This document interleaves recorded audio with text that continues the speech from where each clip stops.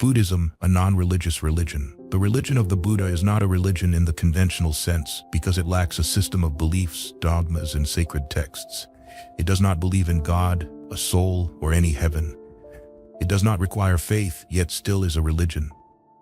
It is a unique phenomenon in the history of human consciousness. No one can be compared to the Buddha. He said that God is merely a search for comfort, safety, and refuge. You believe in God not because He exists, but because you feel weak without that belief. Even if there were no God, you would create Him. That belief arises from your weakness. It is a projection. Humanity feels limited, powerless, as if victims of circumstances, not knowing where they came from, where they will go, and why they are here. Without God, it would be difficult for ordinary people to find meaning in life. They would become disoriented without the shadow of God. God is a crutch, a comfort, a protector. They tell themselves, "Don't worry." God, who is all-powerful and all-knowing, understands why you are here. He is the Creator. He knows why He created heaven and earth. You may not know, but He knows, so you can trust in Him. This helps you feel secure. The mere idea of God is enough to reassure you that you are not alone, that you are cared for, that the universe did not emerge from chaos, that everything is orderly. The ruler of the universe has taken care of everything, and even a hair on your head does not fall without His will. Everything is planned. You are part of a grand design. You may not know its meaning, but it must have a meaning because God exists. God helps you live happily. You can believe that life is not accidental, that there is a purpose, a goal. God helps you feel secure. But the Buddha said there is no God. That is evidence you don't know why you are here. It reflects your helplessness. It proves there is no inherent meaning. The idea of God is created to help us live through this meaningless life. Imagine you are sitting on a plane and someone says, "There is no pilot." Suddenly everyone panics. No pilot? Without a pilot, you are doomed. Then someone says, "This plane doesn't need a pilot because it is remotely controlled. Otherwise, how could it fly?" Because everything is running smoothly, there must be a pilot. We may not see the pilot, we may not be blessed to see, perhaps our eyes are closed, but there must be a pilot. Otherwise, how could it fly? It is taken off, and it is flying smoothly, and the engine is running steadily. That is proof there is a pilot. If you are convinced like that, you will relax back in your seat. You close your eyes, let your mind wander into nothingness, and snore away. There is a pilot, so you don't have to worry anymore. The Buddha said there is no pilot. That is a human creation. Humanity created God in its own image. God is an invention, not a discovery. Therefore, God is not the truth, it is the greatest deception. That is why I say Buddhism is not a religion in the usual sense. Buddhism is a godless religion. Can you imagine that? When Western scholars first studied Buddhism, they were shocked that it is called a religion yet has no God. They only knew Judaism, Christianity, and Islam. These religions in many respects are very immature compared to Buddhism. Buddhism is a mature religion. Buddhism is a religion of transcendent souls. Buddhism is not a religion for children, and it does not encourage any childish desires. Buddhism is very unkind. Let me repeat, there is no one more compassionate than the Buddha, but his path is very unkind. In fact, that unkindness reveals his compassion. He does not allow you to cling to any lies. No matter how comforting they may be, lies are still lies. Those who deceive you are not your friends, but your enemies. Because nourished by falsehoods, your life is filled with falsehoods. You must live in the atmosphere of truth. No matter how difficult, how bitter it may be, you must accept it. Even if persecuted for the truth, it is worth it. The Buddha said that human religions are human creations. You are governed by external objective circumstances. You need to accept the truth at all costs without trying to cover it up, not trying to polish it, not distorting it to suit your preferences. If it causes turmoil, disorder in you, be ready to face all consequences. If your self-esteem is hurt, be ready to die from that wound. If destroyed by the truth, be ready to be destroyed. The Buddha was very unkind, but he opened the profound and mysterious gate that no one else has succeeded in doing. He did not allow any of your ambitions. He said, "Be more conscious, be more awake, be more courageous. Do not hide behind any beliefs, dogmas, or doctrines. Take responsibility for yourself. Light the inner candle to see the true nature of all things, and when you have the courage to accept the truth, you are truly blessed. That is the first teaching of the Buddha. He taught that all belief systems are toxic. All faiths are barriers. He was neither a theist nor an atheist because, as he said, some believe in God, others do not, but both have faith. He did not believe in God, but he rejected all views of atheists. He said that their denial of God is like mosquitoes biting the leg of an elephant.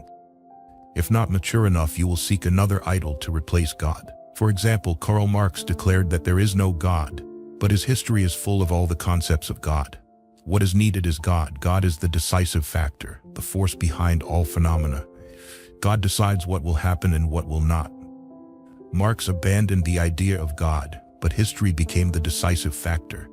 History became destiny. History governs everything. What is history? Marx said that communism is a historical necessity, and history has determined that communism will triumph, and everything has been arranged by history. Then history became a super god. Some figure or factor must decide. Man cannot live with direct reality. Man cannot accept a chaotic, accidental reality. Man cannot live with reality without relying on some idea to give it meaning, to make it appropriate and continuous so that reason can understand, analyze, and cause and effect can be distinguished. Freud abandoned the idea of God, but the unconscious became God. All human activities are determined by the unconscious. Humans are mere puppets in the hands of the unconscious. Those are new labels of God. They are modern myths. Freud's psychology is a new myth about God. Old wine in new bottles. The label has been changed, the old label has been removed, and a new one has been pasted to deceive the unsuspecting. But if you analyze Freud's psychology thoroughly, you will immediately recognize that the unconscious plays the role that God used to. So why is God needed? God must be created to determine something. History, economics, the unconscious, natural selection. If man cannot have freedom, changing myths and doctrines is useless. Whether you follow Hinduism, Islam, Christianity, Judaism, it only differs in form. Your mind is still childish, still immature. You continuously seek the image of a father or some figure to explain everything, to be the ultimate answer.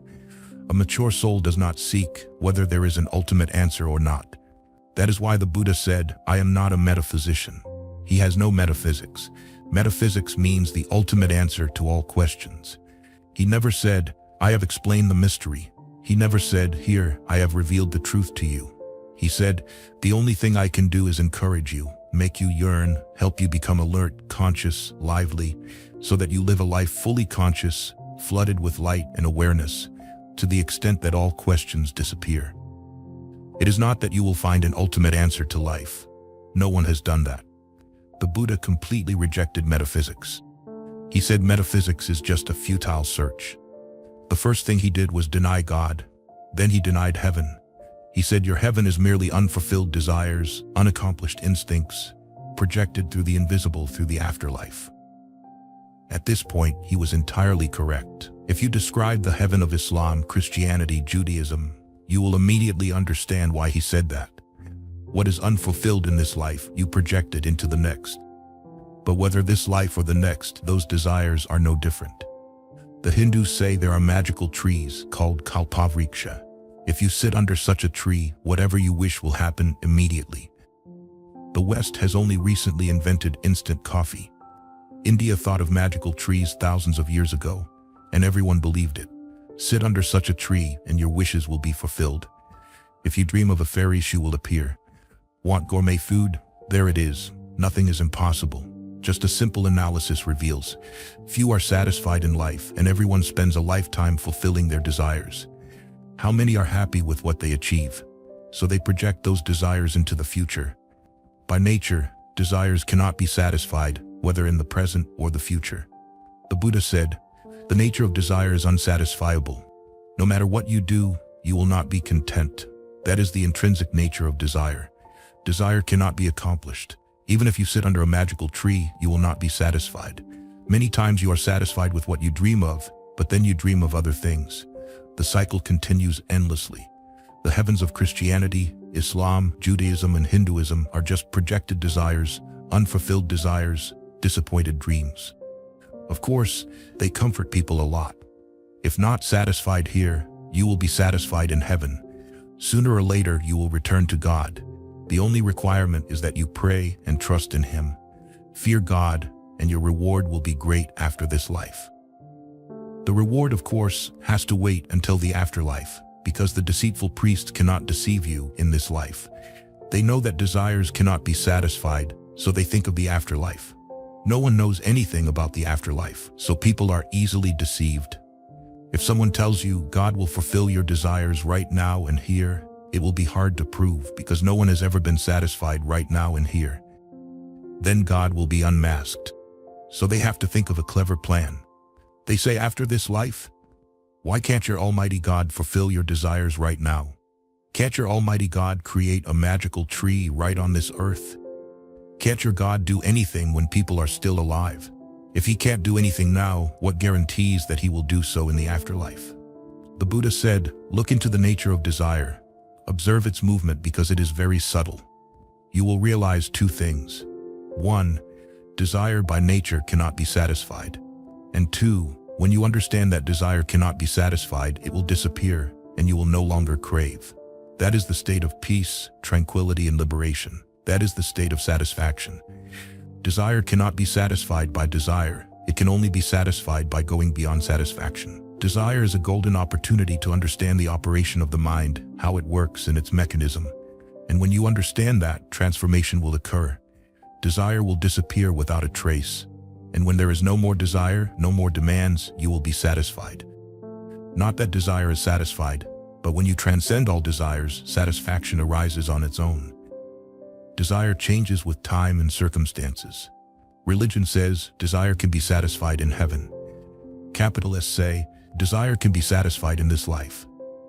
Materialists say desire can be satisfied here. Just change the social structure, overthrow the capitalists so that the proletariat can lead. The bourgeoisie must be eliminated. That's it.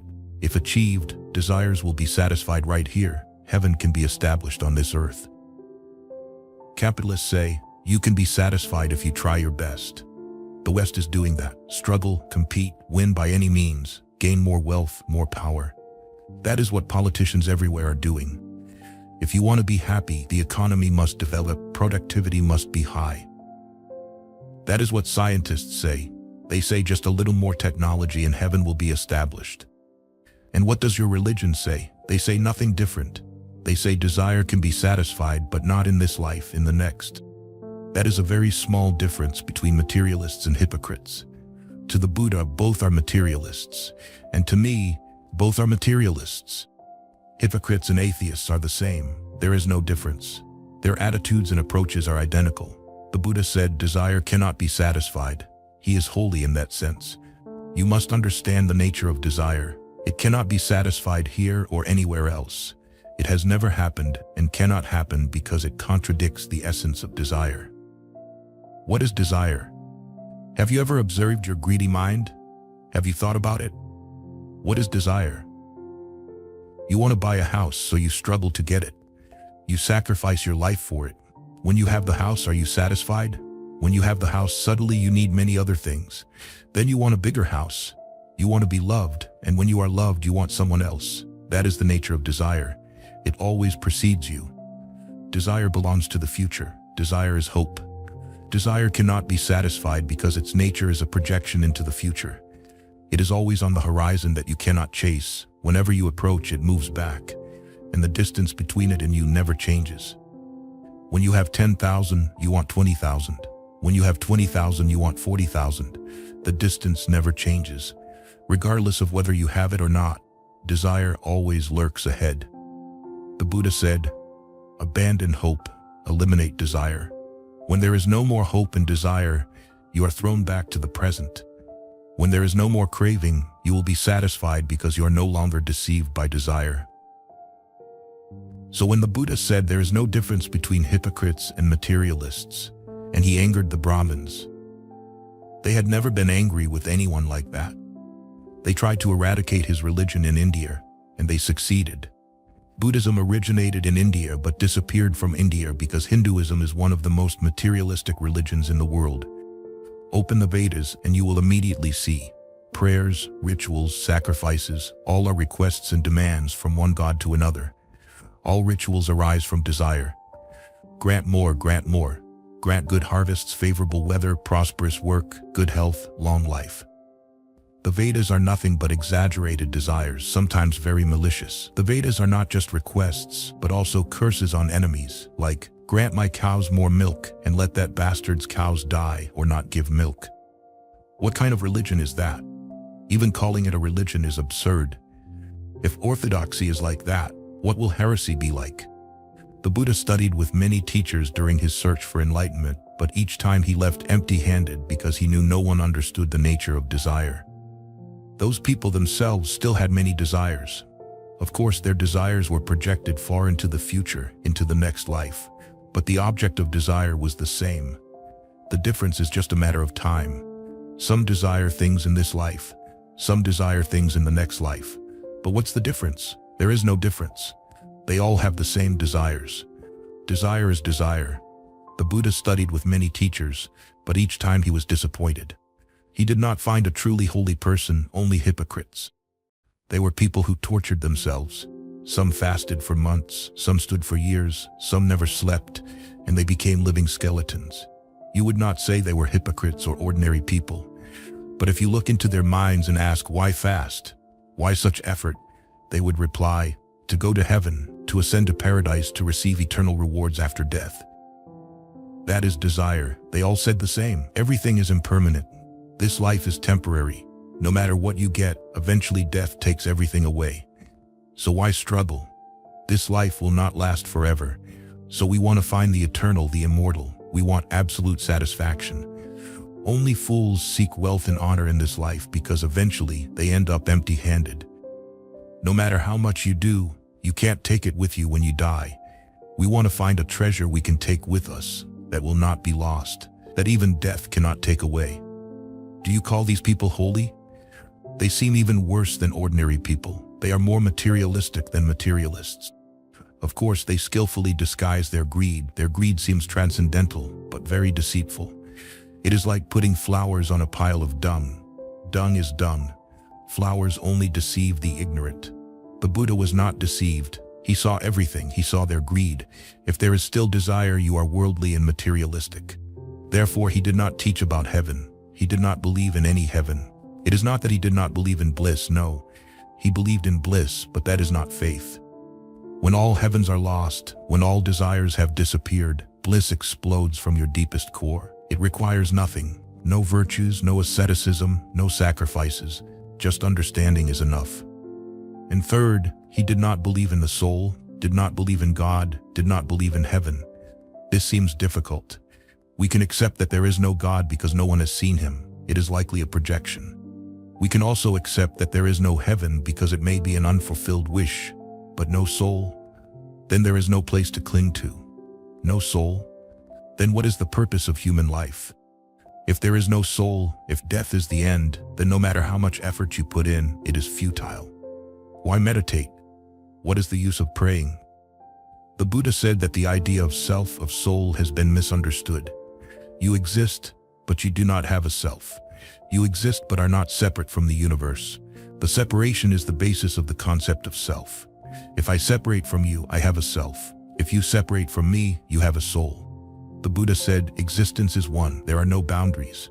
No one is separate from anyone else. We live in an ocean of consciousness. We are one consciousness, but are deluded by the separation of the body, deceived by the boundaries of the mind. And because of the body and mind, and because of identification with the body and mind, we think we are separate. We think we are distinct selves. The ego arises accordingly.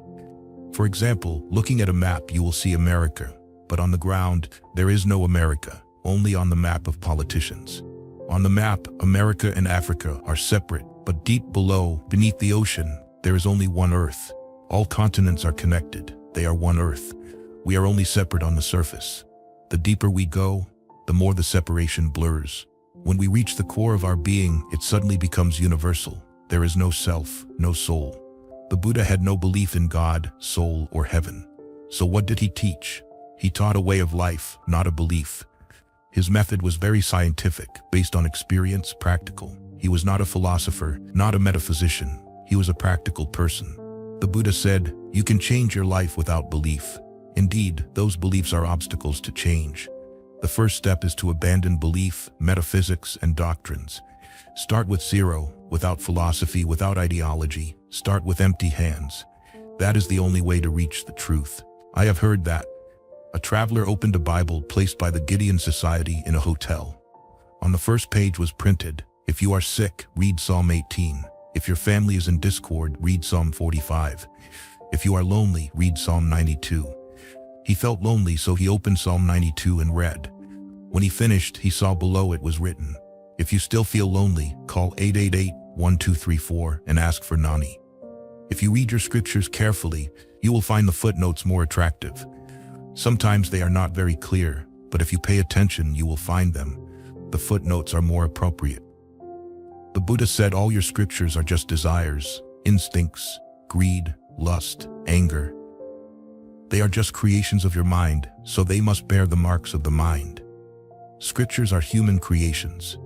Therefore, religions try to prove that their scriptures are not human creations. Christians say that God is the author of the Bible. The 10 Commandments were given directly by God to Moses. The New Testament is a direct message from the second person of the Trinity, the only Son of God. It is not a human creation.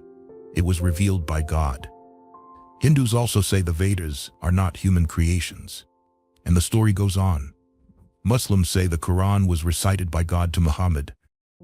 Why do religions say their scriptures are divine, while those of other religions are not? Muslims do not accept the Vedas as divine, nor do Hindus accept the Quran. Why? Because they know that anything created by humans bears the marks of the mind, of desires. The Buddha said all scriptures are human creations. He was not a fanatic. He did not belong to any nation, race, religion, or faction. He was just his own light, and what he spoke were the purest messages of truth. A friend sent me a very interesting story. Irish believers asked their religious leader to choose a place for his tomb. At that time, the Holy War was ongoing, and he could be killed at any time. 3 locations were proposed, and he chose the cheapest one, against the council's wishes. Asked why he chose such a modest place instead of the other 2 scenic spots, he replied, "My dear friends, I greatly appreciate your generosity, but I will not be there for more than 3 days, so isn't it wasteful?" Such crazy ideas will not be found in the Buddha. He would hesitate. Another who would hesitate like that is Lao Tzu. Only these 2 would hesitate. Sometimes, because of hesitation, they do not make a good impression on you. Because of confusion, you need someone absolutely confident to believe in. Therefore, you are often attracted to fanatics. They have nothing to say, but by banging the table, by shouting loudly, they give you the impression that they know. Otherwise, why are they so assertive? Some religions are so assertive that they create a sense of certainty. And confused people need certainty. When you meet a Buddha, you may not pay much attention because he is not as assertive. He does not make loud declarations. He knows more than anyone. He knows that life cannot be summarized in a statement, and any statement is trivial. No statement can fully contain the truth, so on what basis can he be assertive? He knows everything is relative. Buddha and Mahavir are the 2 most famous teachers in India. They understood the law of relativity. Einstein discovered it only recently. Einstein brought relativity into science. Before that, science was very certain, fanatically certain, absolutely certain. Science has become more humble, more honest. Buddha and Mahavira did that in India. They brought relativity into religion by saying that truth cannot be fully expressed, that we cannot assert absolutely, that at most we can only suggest. That suggestion must be indirect, it cannot be direct. We cannot point directly because it is too vast, too immense. So the one who has attained the way must hesitate naturally. That hesitation is proof of the highest alertness. Stupid people are often fanatical. The more stupid, the more fanatical. That is one of humanity's sad things. Fools are assertive, and those who know hesitate. The Buddha also hesitated. So if you want to understand him, you must be alert and open to his words. He does not impart the truth to you on a grand scale. He only guides, suggests, and that is already very difficult. I have said that the Buddha was very practical. He rarely talked about metaphysical issues.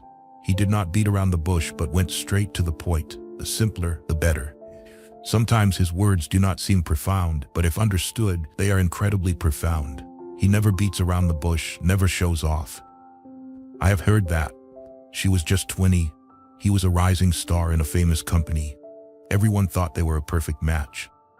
But who would have thought the problem was about intimacy? The honeymoon had not yet begun, and she already complained to her friends. As an advertising expert, he sat by the bed every night talking about how beautiful it would be.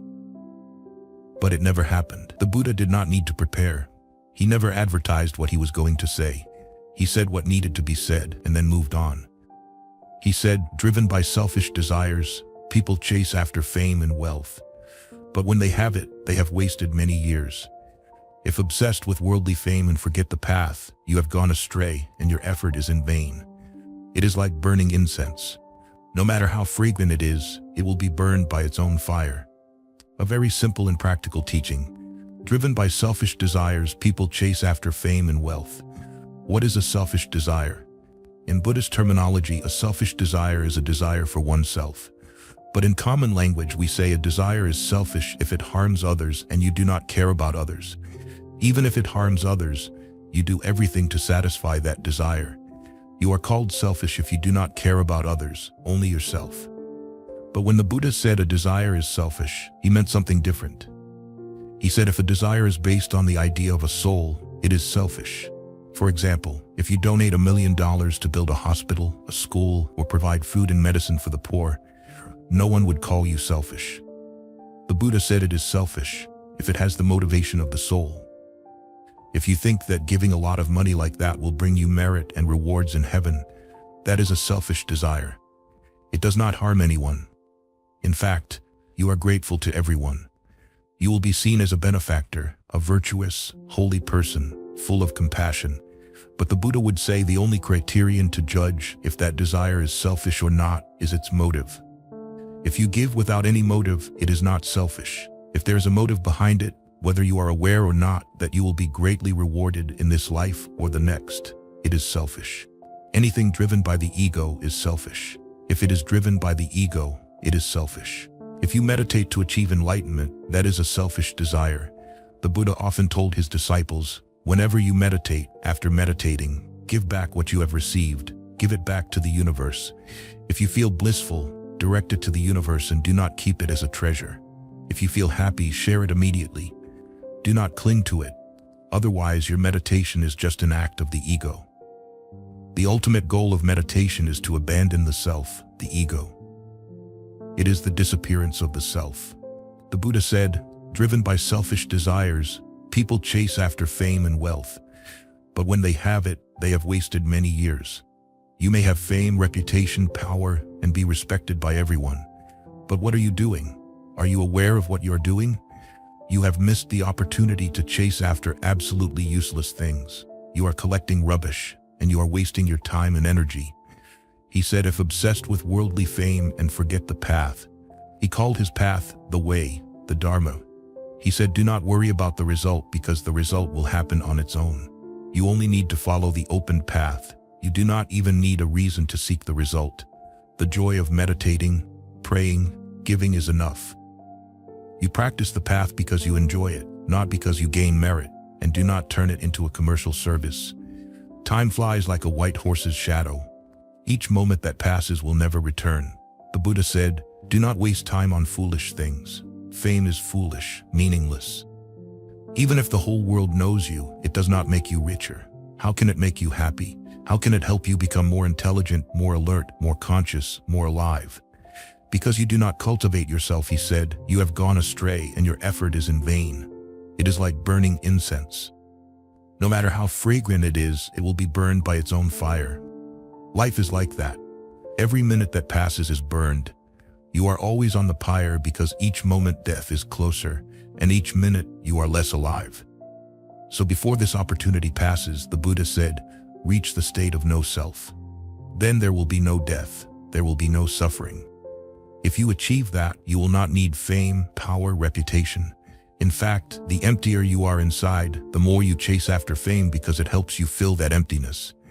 The more lacking you are inside, the more you chase after wealth because it helps you forget that poverty. I often see that when people lack love, they eat like pigs. Whenever they quarrel with their lover, whenever they are not loved or cannot love, they eat all day, not knowing if it is delicious or not. Why? Why do they have to eat? Because they feel lonely, and that emptiness scares them.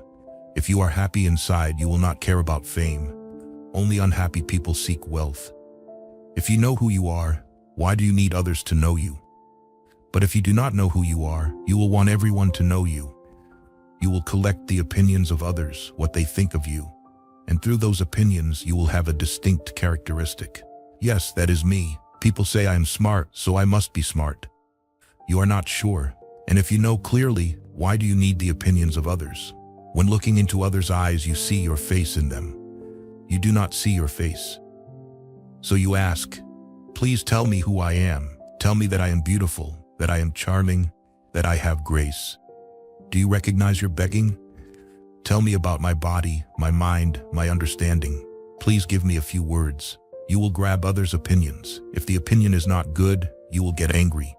That person tarnishes your beautiful image if they think poorly of you. If the opinion is good, that person helps you embellish that image, and you feel more proud. You will be happy when someone applauds. Why? Because you do not know who you are, so you must seek. You ask others, who am I? Tell me. Accordingly, you rely on others. Ironically, they do not know who they are either. Beggars seek each other for alms. They also seek you for alms. It is a mutual deception. A man meets a woman and says, "You are so beautiful, so charming," and she responds, "I have never met a man as handsome as you." It is mutual deception. They might call it love, but it is just mutual deception. Both want a certain characteristic and both satisfy each other. Everything will be fine until one of them gets bored and does not want to play that deceptive game anymore. Then the honeymoon is over, and they talk about marriage. Then things are not as harmonious. The husband thinks, "I must have been enchanted." The wife thinks, "He tricked me." No one tricks you unless you are ready to be tricked. No one tricks anyone unless they are ready to be tricked, waiting to be tricked. You cannot deceive someone who knows who they are. They will laugh at your opinion. They will say, "Do not waste time in vain. I already know who I am. Say what you want. Please do not worry about me. I already know who I am." When your inner self is abundant, you will not chase after luxury, not pursue power. Psychologists find that when people feel powerless, they seek symbols of desire to compensate. When feeling powerless, someone wants the most beautiful car to compensate for that powerlessness. He wants the most beautiful car in the world. His power is gone. His masculinity is lost, so he wants to replace it with something else. He will feel delighted when the car speeds like flying, as if in the embrace of a lover. Speed gives him strength. He will identify with the car. Psychologists have observed this phenomenon for many years, that people with inferiority complexes always have great ambitions. Indeed, no one throws themselves into politics unless they have many inferiority complexes. Politicians generally are people with complexes. They want to prove their superiority, otherwise they cannot live with that sense of inferiority. What I want to say here is that what is lacking inside, you will collect external things to compensate. If your inner self is not lacking, you will relax in your bliss. Being so, you will see your beauty. Only then will you know who you are. The Buddha said, "People cling to worldly possessions and selfish passions so blindly that they sacrifice their entire lives for them. They are like children licking honey on a knife blade. The honey cannot satisfy them, but their tongues can be cut by the knife." Your desires cannot be satisfied in this life. It is a world of illusions. Nothing can satisfy, because only reality can satisfy you.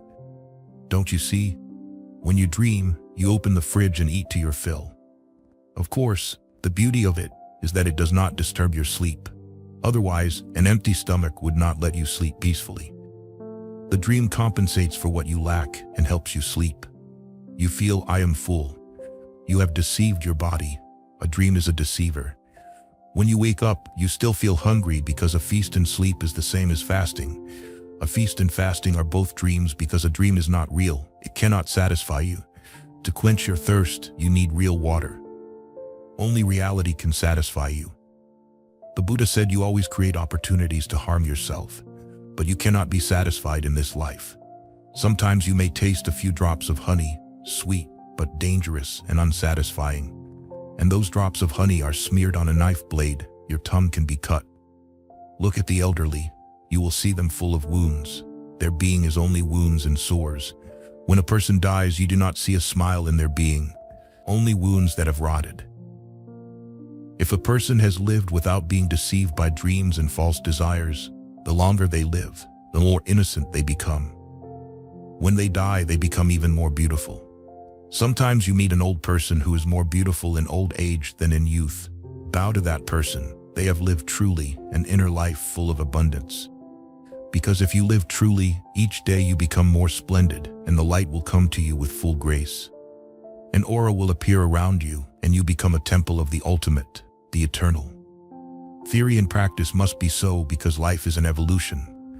If you are no longer young and become ugly, it proves you have licked honey on many knife blades. You have been wounded many times. Old age becomes a prolonged suffering, and few close their eyes peacefully because few people truly live. If a person lives truly, as if a candle burns from both ends, their death will be a great phenomenon, a beauty of utmost magnificence. You will see their life shining brightest when they die. At the moment of death, they become an intense flame. All their essence concentrates in that moment. A source of light emanates from their being. Before departing forever, they leave a mark for life. That happened when the Buddha entered nirvana. It also happened with Mahavira when he left this life. We cannot forget them, not because they had power, they were nobody, but we cannot forget them. Speaking of history, they did nothing. Nearly we can remove them from history. We can erase their names from history without losing anything. Indeed, they did not exist for written history. They stood on the sidelines of history, but we cannot forget them. Their final moment left a brilliance for humanity. Their final glow showed us our infinite possibilities. The Buddha repeatedly told his disciples, "Ehi passiko, come and see." They were scientific-minded. Buddhism is the most scientifically compatible religion in the world. Therefore, Buddhism is increasingly embraced by many people. As humanity becomes more intelligent, the Buddha will become even more important. It must be so. As more people know about science, he will become more attractive to them because he suits scientific minds. He often said, "What I say can be practiced, and I do not say, believe like that, but I say, experiment with what I say, experience it rather than believe it. Besides, there is nothing to believe." Thank you for listening. If you found this video helpful, please share it with those who might benefit from it.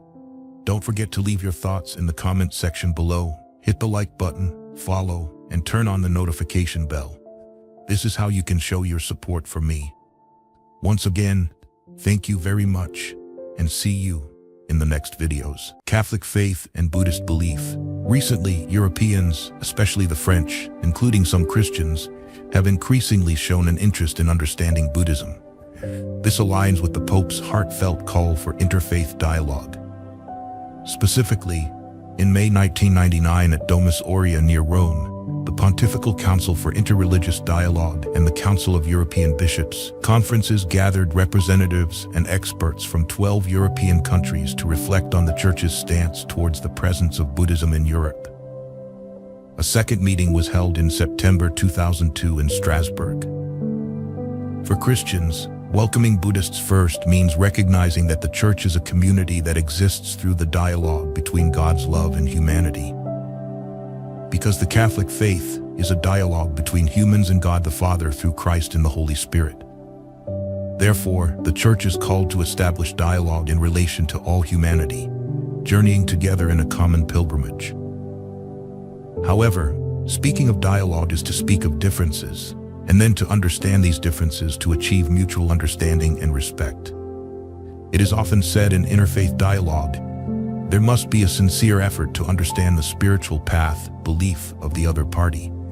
This is entirely true, but it is also necessary for each side to make a sincere effort to understand their own spiritual path. Without this, how can one express it to the other?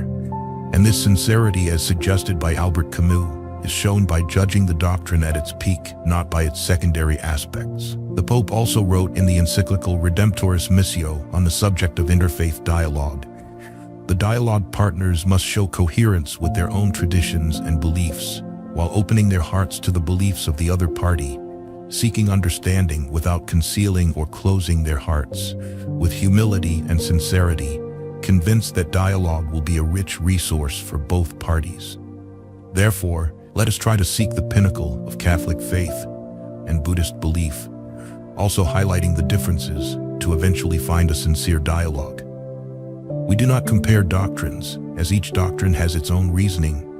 Each religion aims to understand the spiritual meaning of life.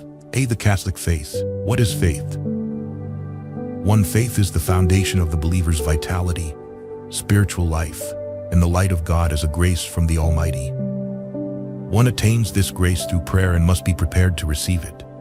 As Jesus said, "No one can come to me unless the Father who sent me draws them." Prayer can be as simple as Father de Foucault's prayer before approaching God. "Lord, if you are real, let me know." However, once received, one must continue to fight to maintain faith. It is a constant battle, a struggle of love. Faith is not a given, nor is it automatically sustained. We seek the light of faith just as the 3 wise men sought the Lord under the guidance of the star. When the star disappeared upon their arrival in Jerusalem, they did not lose heart but continued to seek and inquire instead of giving up. Similarly, when we experience a crisis of faith, when its light seems to vanish, we must act like the wise men by striving to understand, resolving the doubts shaking our faith, and above all, praying for illumination and perseverance. 2. Faith is a rational, thoughtful, and mature act. Faith cannot be an impulsive act. Christ himself demanded that anyone who wants to follow him must think carefully, like a person who plans to build a tower and must first consider the cost. We come to God by different paths. No one can claim that these paths are of unequal value or that one is the best. Each believer has their own reasons for following God, and these reasons are valid and sufficient for them. 3. Faith is a free act, a voluntary choice. God does not coerce anyone's conscience, for freedom is the law of love. God says, "If you wish." Thus, we cannot agree with Sartre when he says, "If man is free, then God does not exist." Purity of heart guides us on the path of faith. You say you will abandon pleasures if you have faith, but I say you will soon have faith if you forsake pleasures. Whoever lives the truth comes to the light. In matters of faith and love, there comes a time when we must decide, and no one can act on our behalf. Thus, following God requires choice, a free choice. God has come to save humanity, but he cannot save those who do not want salvation. Ask and it will be given to you. Seek and you will find. Knock and the door will be opened to you. I stand at the door and knock. If anyone hears my voice and opens the door, I will come in and eat with them, and they with me. God gives humans the choice between 2 things, to follow him or to oppose him. Blessed is anyone who does not stumble on account of me. But the choice can be difficult because do not suppose that I have come to bring peace to the earth. I did not come to bring peace, but a sword. I have come to turn a man against his father, a daughter against her mother, a daughter-in-law against her mother-in-law. This statement seems contradictory to Christ's mission of reconciling God and humanity, humans with each other. However, the sword mentioned here is to eliminate sin within us, to eradicate ambition, selfishness, etc. Humans must battle their inner selves, their internal enemies. Following God often requires forsaking even familial love. Anyone who loves their father or mother more than me is not worthy of me. The content of faith. Faith is the mystery that sustains us. This mystery is recorded in the 10 Commandments and the Apostles' Creed and the Nicene Creed from the Council of Constantinople. Here, I only highlight what I believe to be the pinnacle of Catholic faith. The mysteries of the creation of the universe, Christ's redemptive work for humanity through his death and resurrection, the complete trust of God's people in him, God's love, and the dialogue with God, which is prayer. 1. Creation. God is the creator of everything. All beings and things in the world were created by God, with a beginning of creation and an end of the world, meaning there is a beginning and an end. The universe is God's work, expressing and proving his existence. But why do some people not know God the Creator? Is it because He has shown too much humility? Indeed, God did not label His creations as humans do.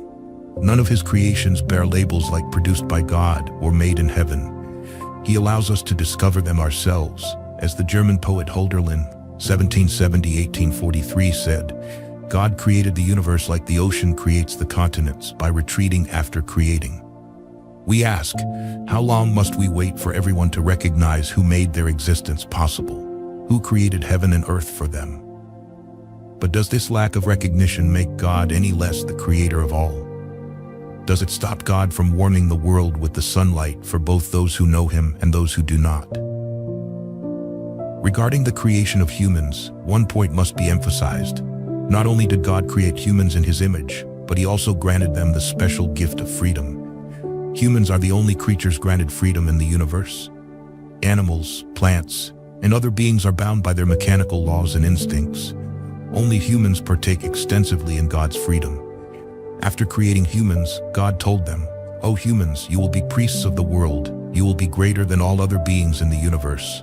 You will be like me, your God. To show that you are like God, I grant you the ultimate divine privilege, freedom." Saint Gregory of Nyssa. Humans have abused the freedom granted by God to do evil.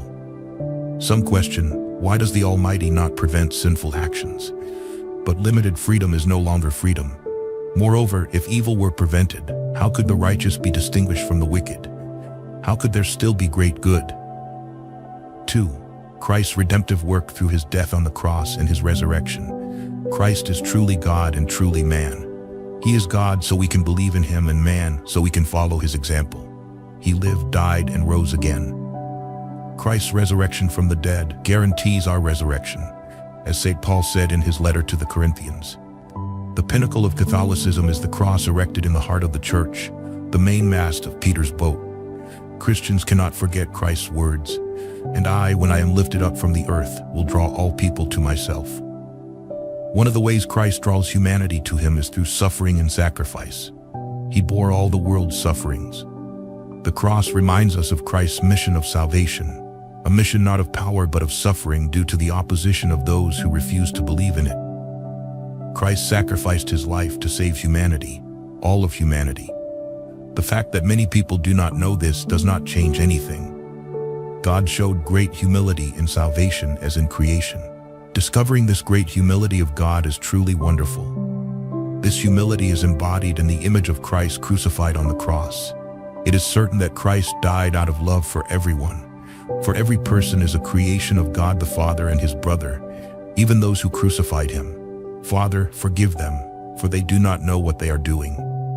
He also told His apostles, "Go into all the world and preach the gospel to all creation." In short, God's salvation is given to all humanity, not just a select few.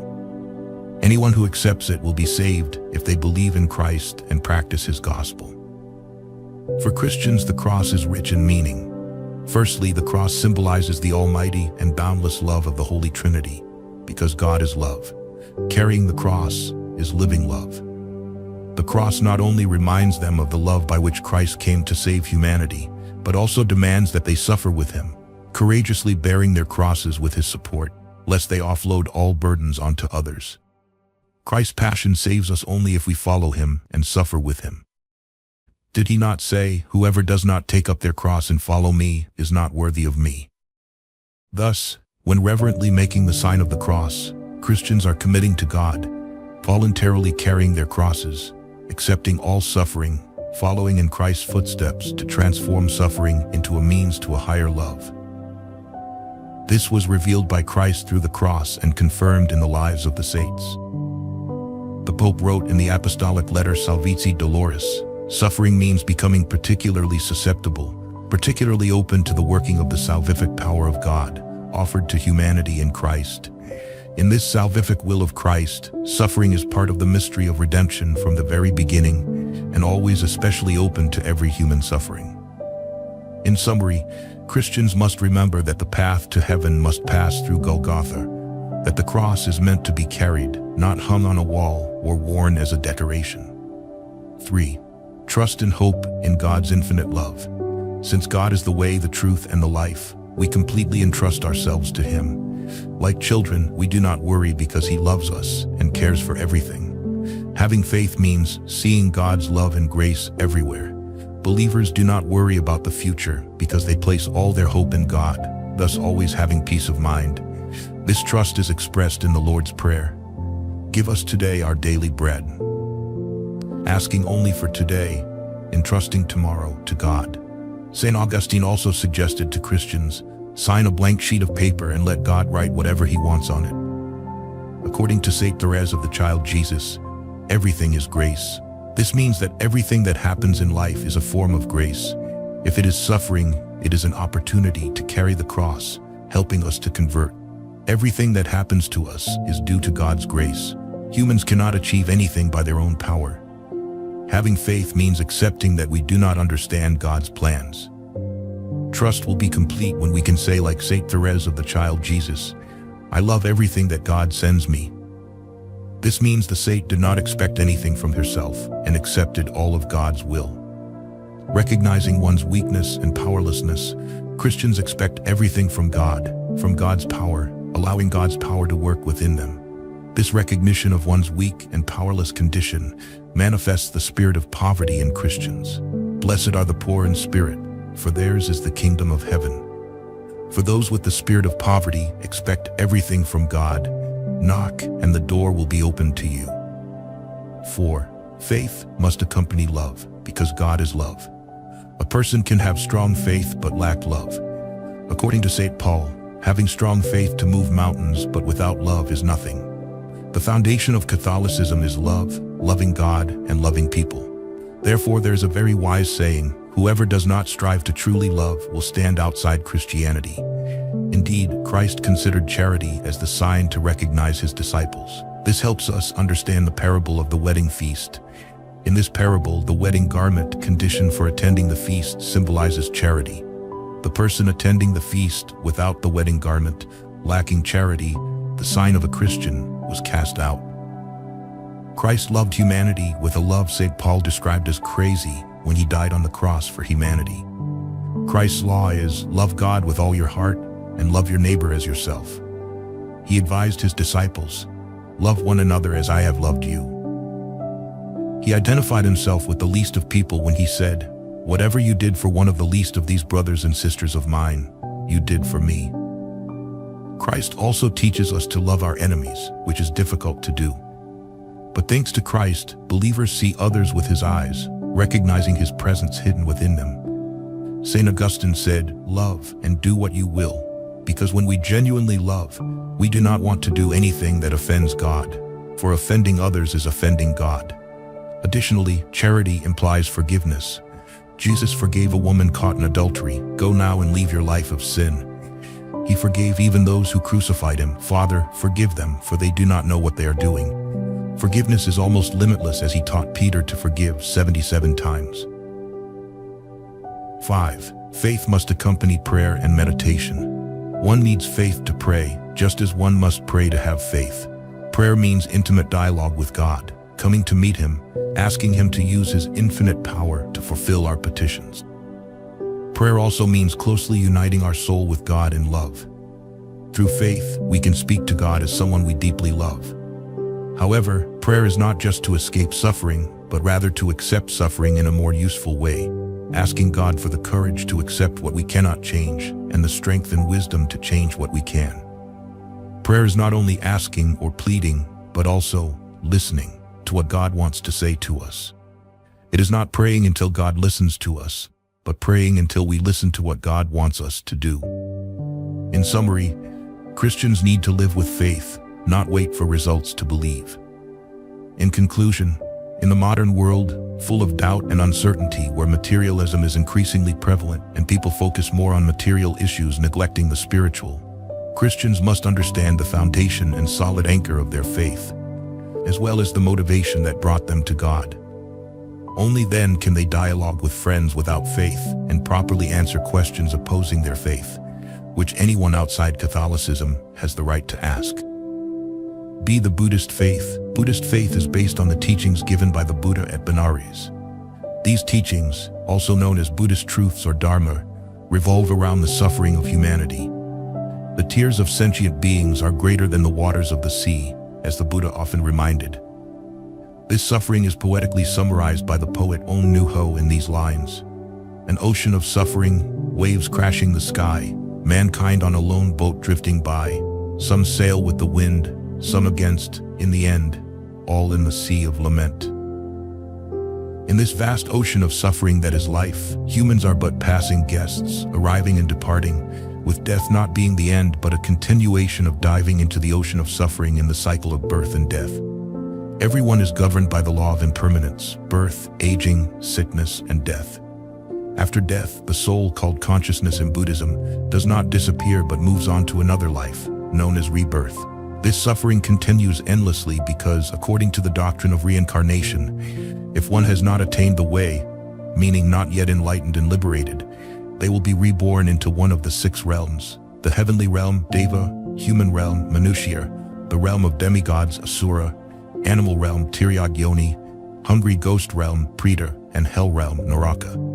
According to the law of karma, rebirth into these realms is the result of one's actions in the present life. Thus, one's future life is determined by their actions today. Therefore, one must prepare all necessary baggage for the endless journey ahead, starting now. But what should one prepare? This question is not easy to answer, but it has been addressed by the Buddha through his teachings.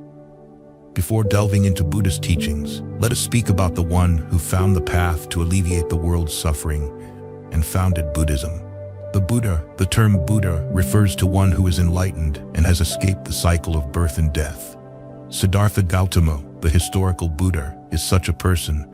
Thus he is called the Buddha. He did not claim to be anything other than a human being and did not receive any divine revelation.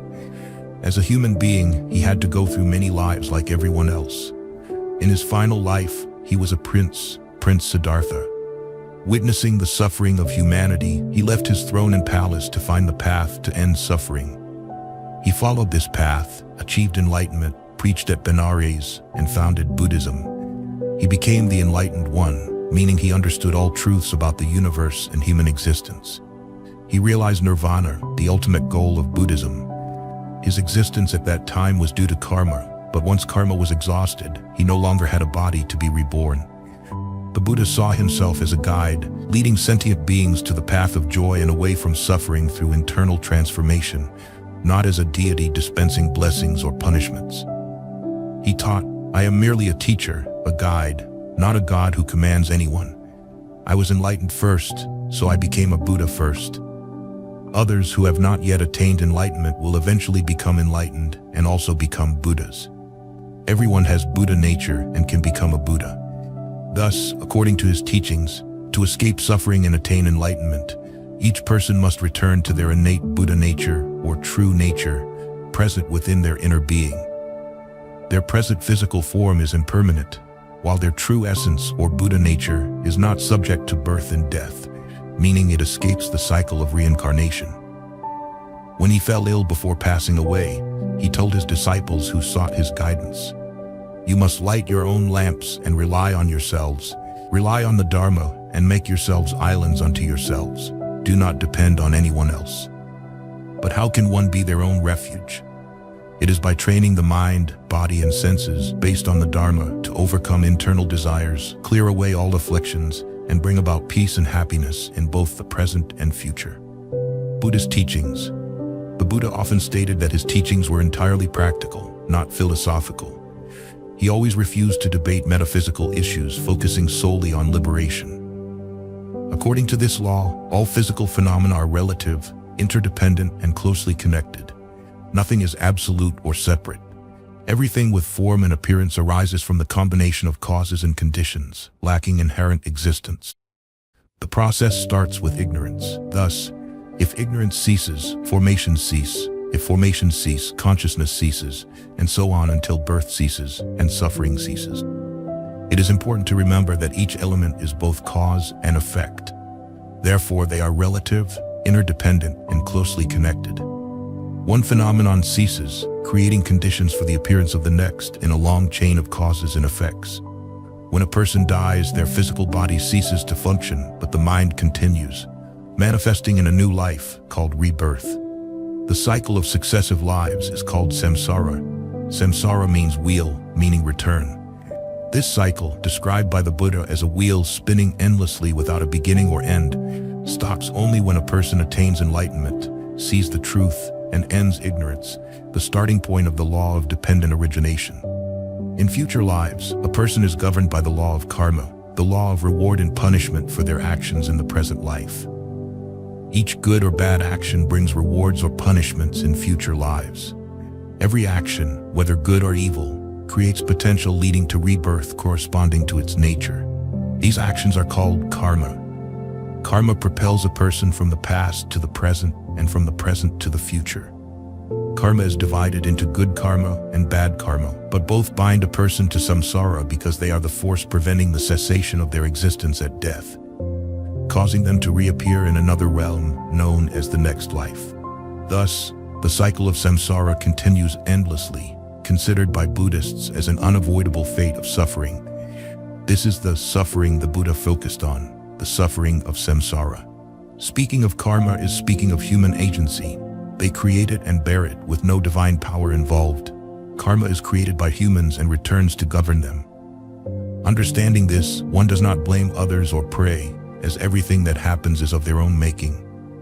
Knowing that the driving force in samsara is karma generated by body, speech, and mind, where mind karma is the principal agent, because the mind directs speech and body, one must purify mind karma to achieve enlightenment, which means escaping ignorance, the starting point of dependent origination, and reaching the state of non-birth in nirvana.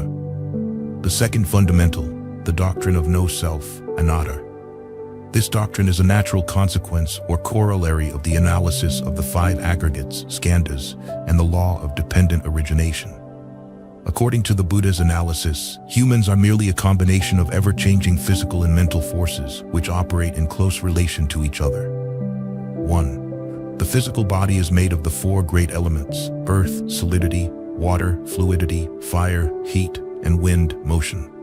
These four elements combine to form the human body, which exists for a time. If any of these four elements is lacking, the body is destroyed. Thus, they must be balanced for the body to remain stable. When a person dies, the physical body, composed of the four great elements, returns to its original state, earth, water, fire, and wind, and through chance combination, forms another person. Thus, the body is a temporary borrowing of insentient substances, not truly real. Believing it to be real is ignorance, called avidya in Buddhism. 2. The mind consists of the combination of the five aggregates: form aggregate, the material part of the four great elements combined with the five senses: eyes, ears, nose, tongue, and body; sensation aggregate, experiences of pleasure, pain, and neutral feelings; perception aggregate, recognition and mental images; mental formations aggregate, volitional actions, including desires, intentions, and emotions, often summarized as karma. Intention is a mental activity directing the mind towards good or bad actions. Intentional actions such as decisions, concentration, and desires result in karma. Consciousness aggregate, awareness and cognition. Consciousness is the reaction produced by sensory perception. Thus, the mind is merely the combination of these five aggregates. Therefore, they cannot form what people call self, soul, or individuality, meaning a separate entity. The Buddha taught that the mind is just consciousness, awareness, not a soul. Consciousness is simply knowing, thinking, and it changes, arising and ceasing. Therefore, there is no eternal, unchanging soul. In other words, there is no thinker separate from thought, because thought itself is the thinker. Without thought, there would be no thinker. It is worth noting that this explanation by Buddhism is completely contrary to the assertion of the mathematician Descartes, cogito ergo sum, meaning, I think, therefore I am. Since humans mistakenly accept the four great elements and five aggregates as their bodies, not realizing these are borrowed, they remain ignorant and cannot achieve liberation. However, if they understand these are empty, they can transcend all suffering. And if they realize that the self is not real, who is there to suffer?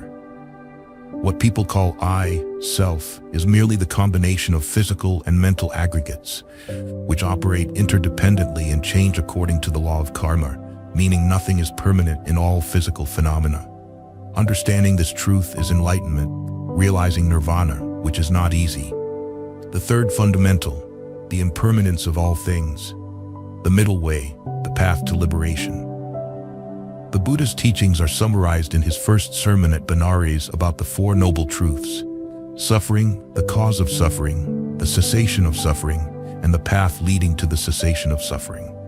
The path to the cessation of suffering is called the middle way because it avoids two extremes: seeking happiness through sensual pleasures, actions deemed lowly and unbeneficial for the ordinary person; seeking happiness through extreme asceticism, actions that are painful and unbeneficial. The Buddha himself tried both extreme methods and found them useless. Through personal experience, he discovered the middle way to end suffering. He taught, "My doctrine is the middle way, avoiding two extremes. I teach the true path of liberation. The suffering of samsara is due to actions. Actions arise from desire. Desire is the result of ignorance about liberating truths." People often say, to save the world from suffering, the Buddha acted like a physician, first diagnosing the disease, then finding the cause, explaining the treatment, and finally prescribing medicine.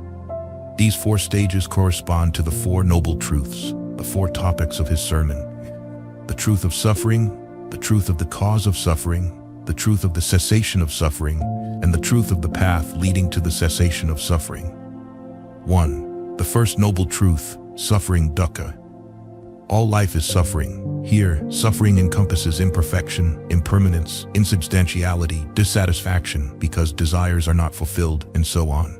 Even happiness, both physical and mental, is suffering because everything, including people and what they cherish, is temporary, and humans constantly seek permanence, causing more suffering. Happiness and good things are also painful experiences because they either do not bring complete satisfaction or because people fear they will not last.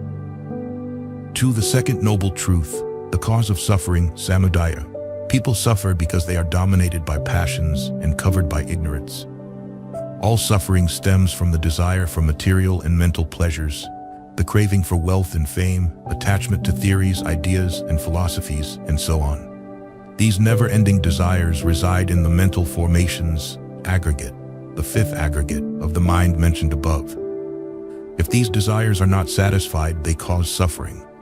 But if they are satisfied, they create new desires, so humans are never completely satisfied. According to the Buddha's analysis, the craving for existence, survival, and becoming is the source of all personal conflicts and national wars. As long as craving exists, the phenomenon of rebirth will continue. The wheel of samsara stops spinning when the force driving it, desire, is extinguished, meaning when a person attains enlightenment and sees reality. In short, the cessation of desire leads to the cessation of suffering. This is not a reward but a natural result of a cause created by the person themselves. Number 3, the third noble truth, the cessation of suffering, nirodha. To end suffering, one must eliminate its root causes, desires and illusions associated with them. When a person no longer acts selfishly, they escape samsara and attain the non-birth state of nirvana. Nirvana is the absolute truth or the ultimate reality in Buddhism. It is difficult to define because it transcends logic and reasoning. Only those who realize it understand it. Nirvana is often described in negative terms. It is a state of extinction like blowing out a candle. In short, extinguishing desire is nirvana. Nirvana also means eternal bliss, hence it is also called the Pure Land. However, since the Buddha attained enlightenment while still alive, nirvana cannot be considered an afterlife, an entity outside or above the present life.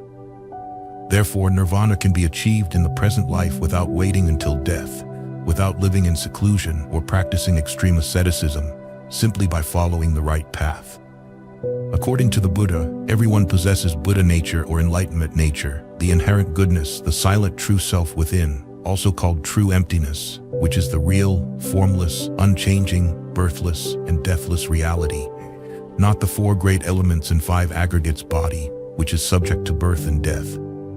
Recognizing this, all fears and anxieties vanish, and this is nirvana in the present life. It should be noted that nirvana achieved in this life is only spiritual nirvana, because the body composed of the 4 great elements and 5 aggregates is still governed by the law of impermanence, birth, aging, sickness, and death.